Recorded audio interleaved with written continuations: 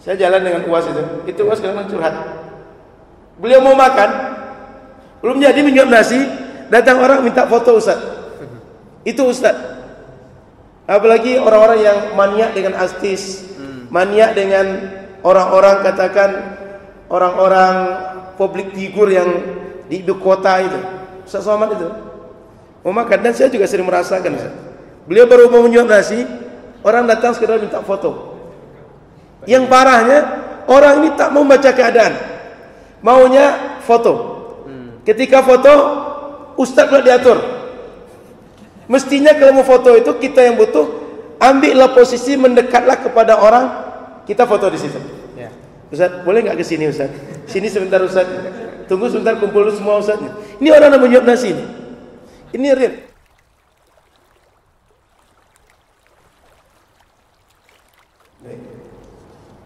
Ada hadis Rasulullah, ini nanti bisa lihat di Bulughul Maram juga, dalam Kitabul Jami'.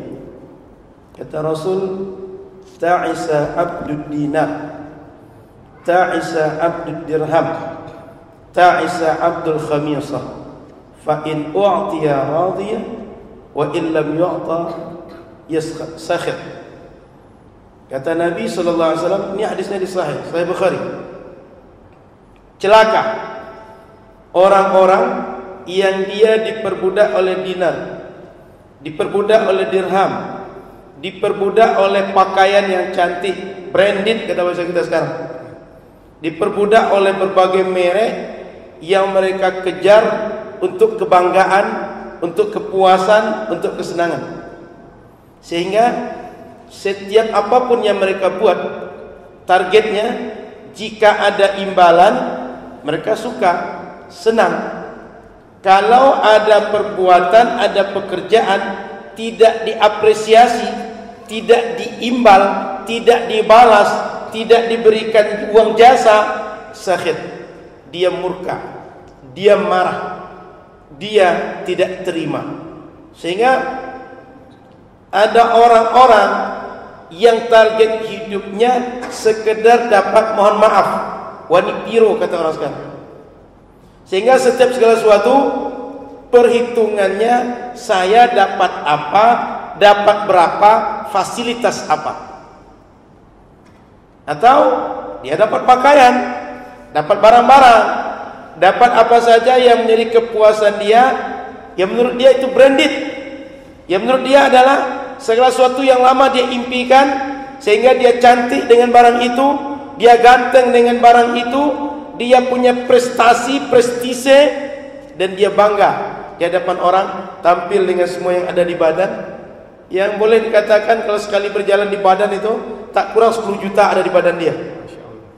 Belum lagi emas dia, belum lagi kalau dibuka password daripada atau PIN daripada rekening dia. Ini kata Nabi, celaka orang seperti itu. Kenapa celaka orang seperti itu? Anggap saya, katakanlah orang paling ganteng di Indonesia, semua cewek memuji, semua cowok melihat saya. Apa ujungnya? Dipuji orang, sudah itu selesai urusan. Saya tidak tambah gemuk gara-gara itu, saya tidak tambah sehat gara-gara itu. Saya tidak membuat makin nyaman, makin tenang, makin nikmat menjalani hidup. Jangankanlah artis-artis hebat, saya kan mungkin rata-rata kenal dengan saya. Saya jalan dengan UAS itu UAS kadang curhat. Beliau mau makan, belum jadi menyuap nasi, datang orang minta foto Ustaz. Itu Ustaz. Apalagi orang-orang yang maniak dengan artis, maniak dengan orang-orang, katakan orang-orang public figure yang di ibu kota itu. Ustaz Somad itu mau makan, dan saya juga sering merasakan Ustaz. Beliau baru mau menyuap nasi, orang datang sekedar minta foto. Yang parahnya, orang ini tak mau baca keadaan, maunya foto. Ketika foto, Ustaz pula diatur. Mestinya kalau mau foto itu kita yang butuh, ambillah posisi, mendekatlah kepada orang, kita foto di situ. Ustaz, boleh nggak ke sini Ustaz? Sini sebentar Ustaz. Tunggu sebentar, kumpul dulu semua Ustaz. Ini orang yang menyuap nasi ini. Ini real. Saya tidak bercerita tentang hal-hal yang fiktif atau sesuatu yang halu kata orang sekarang. Ini real. Jadi para sahabat-sahabat muda, kawan-kawan saya di FSRMM dan sahabat-sahabat yang hadir, hari ini banyak orang yang punya orientasi yang sudah terbalik. Kita dikasih Allah berbagai kelebihan, bukan untuk kita menikmati, dipuji orang, disebut orang. Tapi kalau kata bahasa para ulama, Allah ketika memberikan kelebihan kepada kita, ketika orang memandang kita, orang mendengar kita, gunakan kelebihan kita, gunakan orang memandang kita, gunakan orang mendengar kita untuk memperkenalkan Allah kepada mereka melalui kita. Jadi Allah mengangkat kita, Allah mengenalkan kita, mengangkat kita ke permukaan sehingga orang banyak kenal kita. Jadikan kita diangkat, kita dikenal untuk mengenalkan Allah kepada orang, untuk mengenalkan syariat Allah, aturan Allah kepada orang.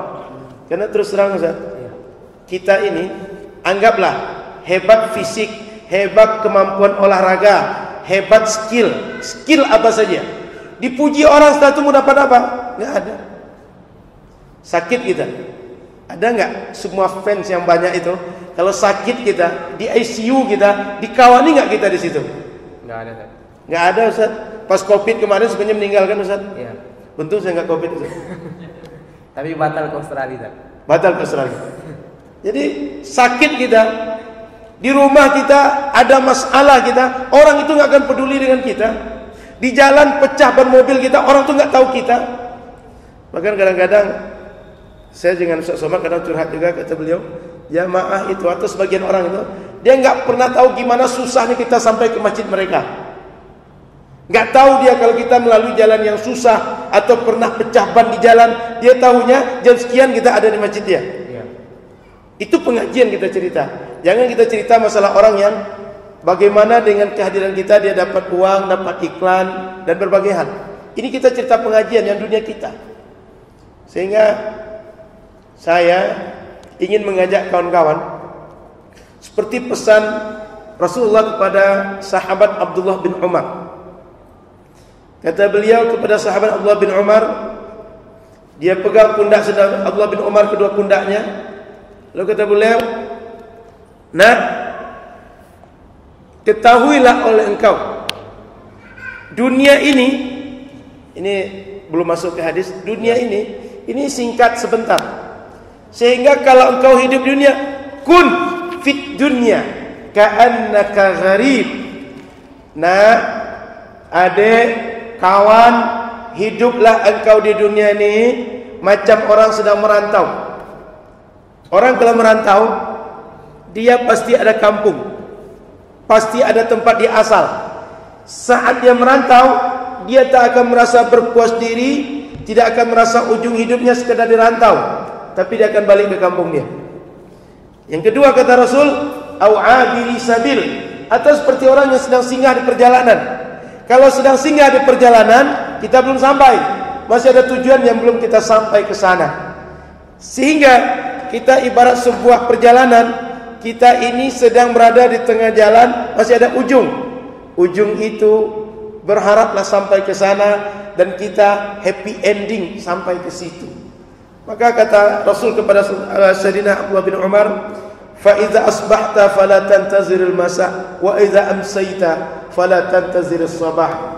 Supaya engkau bisa menjalankan, memahami dua pesan tadi dan bisa mengisi dengan baik. Jika pagi hari bisa beramal, jangan diundur, nanti jangan dibuat. Jika pagi ini bisa menghilangkan lapar tetangga yang ada di sebelah, besok dia dibantu, jangan.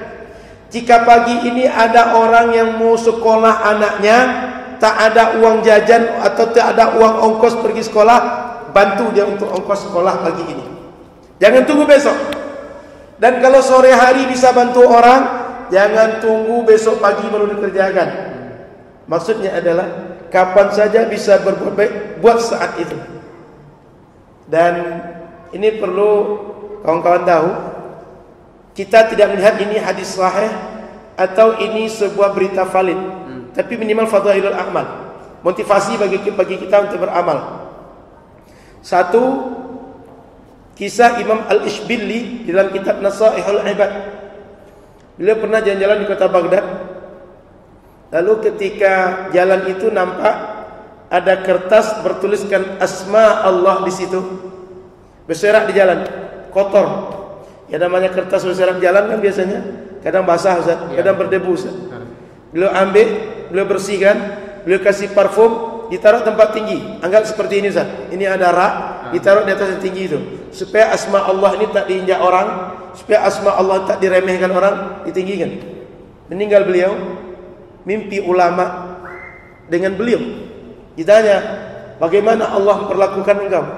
Kata beliau, Allah meninggikan derajat saya sebab suatu malam saya pernah berjalan di kota Baghdad, ada asma Allah tercecer di jalan, saya ambil, saya muliakan, saya kasih parfum, saya tinggikan. Dengan itu Allah rahmati saya. Yang kedua, kisah Imam Al-Ghazali. Beliau dulu para ulama itu menulis kitab Ustaz, pakai kalam. Kalam itu kayu pimping kalau bahasa kampung kami. Kayu pimping itu nanti dipotong ujungnya agak miring, kayak pena kaligrafi itu, pena khat. Dimasukkan dalam tinta, celup, lalu sebelum tuliskan ke kertas itu dikurangkan tintanya sedikit supaya tidak luber di kertas itu. Tipiskan sedikit. Setelah ditipis sedikit baru dituliskan. Saat beliau menulis kitab, ketika beliau menaruh ujung dari kalam tadi, kalam kata kita, kolam bahasa Arabnya, ujung kolam tadi itu hinggap seekor lalat minum dari tinta tadi. Oleh beliau dibiarkan lalat tadi minum sampai puas, sampai selesai, baru beliau lanjutkan menulis. Meninggal beliau, mimpi ulama setelah Imam Ghazali tadi, ditanya, bagaimana Allah perlakukan engkau wahai imam? Apa kata beliau? Saya tidak diperlakukan Allah dengan rahmat yang banyak karena banyak karya saya, karena banyak murid saya, karena banyak ilmu saya. Tapi satu malam saya menulis kitab, saat itu ada lalat hinggap di ujung pena saya biarkan dia sampai selesai, baru saya lanjutkan menulis. Itu sebab Allah merahmati saya.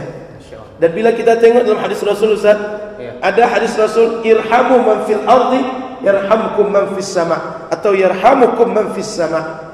Sayangi makhluk-makhluk Allah yang ada di bumi, makhluk Allah yang ada di langit akan menyayangi kita yang menyayangi makhluk Allah yang ada di bumi. Sehingga dua kejadian tadi, kita kalau cerita hadis sahih atau berita valid, tidak ada ulama yang mengatakan itu sahih atau valid. Tapi minimal ini fadailul a'mal, motivasi bagi kita, dan ini maknanya sesuai dengan hadis sahih yang saya bacakan tadi. Begitu kira-kira Ustaz. Kecil amalnya Ustaz, tapi yang kecil itu sebab rahmat Allah. Masya Allah. Berarti terkadang